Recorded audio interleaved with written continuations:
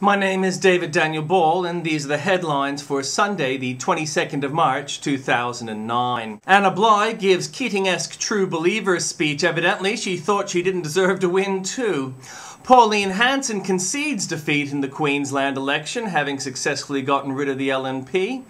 Protesters force Newcastle port closure. Traffic chaos as M4 banks up in both directions. Second Bondi shark in a month. Mystery of Sir Charles Kingsford Smith finally solved. Great communicator apologizes over Special Olympics comment. Dead soldier, a beautiful man, says wife. And in comments, from Piers Ackerman.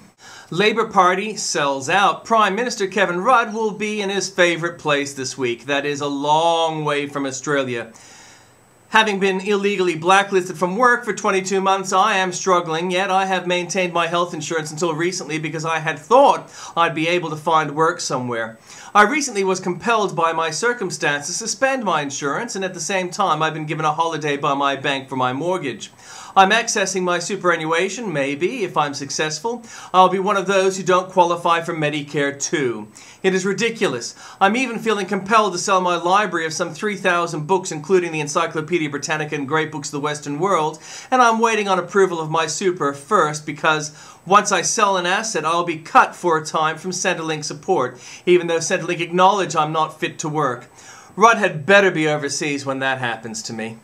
And from Tim Blair, a machine he could really use. J.F. Beck says George W. Bush was repeatedly attacked for misspeaking, nuclear instead of nuclear, for example. Nothing is said about Obama saying defibrillator, the anti-fib machine, on Leno. Queensland, Bligh or Borg? Well, we know the answer to that now. Trickery alleged. Apparently some fake Labour how-to vote cards were handed out in Indooroopilly. They don't seem particularly sinister. Now, the result may have been skewed as the stimulus payments are still going out. Bligh hasn't revealed why she had to run early. Hanson has done her job of spoiling LNP campaigning in favour of the ALP. Rudd may be encouraged to go early, and he won't be asked to stand aside while he's being investigated regarding Heiner. The big question remains, how many sports stadiums do Queenslanders want? Unspin this, Canadian journalist Beverly Gisbert, who converted to Islam following 9/11 and launched the website Jihad Unspun 7 years ago, faces beheading after being kidnapped by jihadists in Pakistan. A video of a Canadian journalist held captive in Pakistan surfaced on the internet Thursday, in which she said her captors would probably kill her by the end of the month if their demands weren't met. The time is now very short. My life is going to end, a pale and tired Beverly says on the video before it fades out. The Vancouver journalist is shown sitting in a chair with a dagger mounted on the wall behind her, pointed at her head. We have a very short time now. I'm going to be killed, as you can see, Gisbert says. Post-conversation, Gisbert changed her name to Khadija Abdul Qaha. Not that it makes any apparent difference to her Taliban captors. Update. Jess asks, is she being held by moderate Taliban? And in a second update, Rehan looks on the bright side. It's always heartwarming to hear people coming to Islam, especially prominent figures like journalists. Thanks for notifying us of her conversion. Understand the decision, a bold election prediction from the New York Times. In Queensland, the general election will leave the strength of the different parties the same as before. To be fair, that story might be a little out of date by about 139 years. In more recent news, Anna Bligh is helping voters understand. Trees are sustained, views emerge following Victoria's bushfire. Towering gum trees on each side of the road and a lack of fuel reduction burning turned Flowerdale's major road into a death trap, a Bushfire Royal Commission community meeting was told today. Saying sorry to Hanson from Andrew Bolt. The Sunday Telegraph concedes. Jack Johnson, the person at the centre of the controversial Pauline Hanson photographs affair, has emerged as a con man. Earth Hour sponsors admit they're hypocrites. Earth Hour next Saturday will see hypocrites turn off their lights for just an hour to show they care about global warming, which actually halted a decade ago and which we can't stop even if it was really bad. Profiting from bad policy, I doubt Josh Gordon and The Age understand or want to understand that there is no contradiction in their gotcha at all.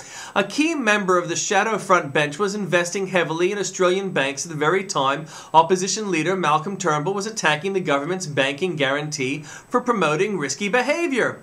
But it was sensible because the stupidity of the government was going to push up the price of the shares for the Australian banks. So bye. Top 10 Obama-Biden gaffes. Toby Harnden compiles the hit pratfalls so far of Barack Obama and Joe Biden, the duo whose supporters mock George Bush and Sarah Palin as dills. The videos are a don't miss. Obama's last Special Olympics gaffe, however, isn't a laughing matter for Sarah Palin, who issues a rebuke. Much more of this, and Palin will seem even to the left the candidate from Mensa by comparison.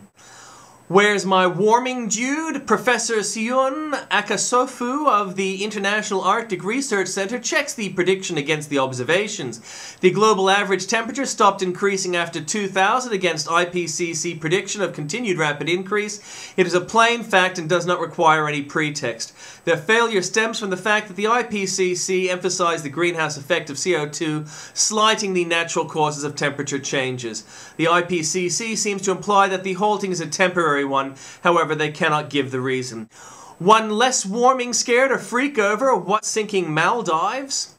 Rudd's emissions are the real worry. Terry McCrann says the real pollution is the Rudd government's lying over its scheme to slash emissions. For the truth is that it is not a carbon pollution reduction scheme, but a carbon dioxide pollution or not reduction scheme.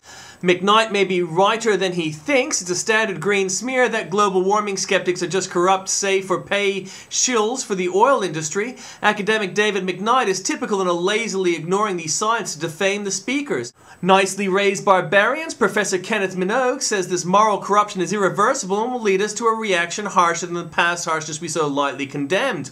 According to Dispatch, a program aired on British television in January, a poll conducted for the National Union of Schoolmasters Union of Women Teachers suggested that 97% of teachers had disruptive children in their classes. Almost 3/4 claimed to have problems with physically aggressive children, while almost half noted the disruptive behavior of a minority was a daily occurrence. Burnside calls for return to white Australia, perhaps. Human rights campaigner Julian Burnside swears we've gone backwards. If our human rights record has slipped since 1948, there's no reason to imagine that we cannot be restored to the honourable position we once held. Pardon? Is Burnside really now hankering for a 1940s human rights nirvana in which he would claim Aboriginal children were stolen by racists, Aborigines were not counted in the census, the nation had a white Australia policy where there were no freedom of information laws, rights to free association were heavily circumscribed, divorce laws were restrictive, censorship was strict, killers were hanged, women were paid less for the same jobs, pubs could borrow women, employers could refuse to hire women, and need I go on? Physician writes a play, Attacking Thyself. David Williamson's wife writes a memoir that's not just grisly in its frankness, but portrays the playwright famous for his moral lecturing as astonishingly cruel and lacking in self-knowledge. And Lawrence Springborg to step down from the Liberal National Party leadership. Queensland opposition leader Lawrence Springborg concedes defeat last night in the state's election and says he will step down from his party leadership. I'll leave it there at the link. He's quite graceful.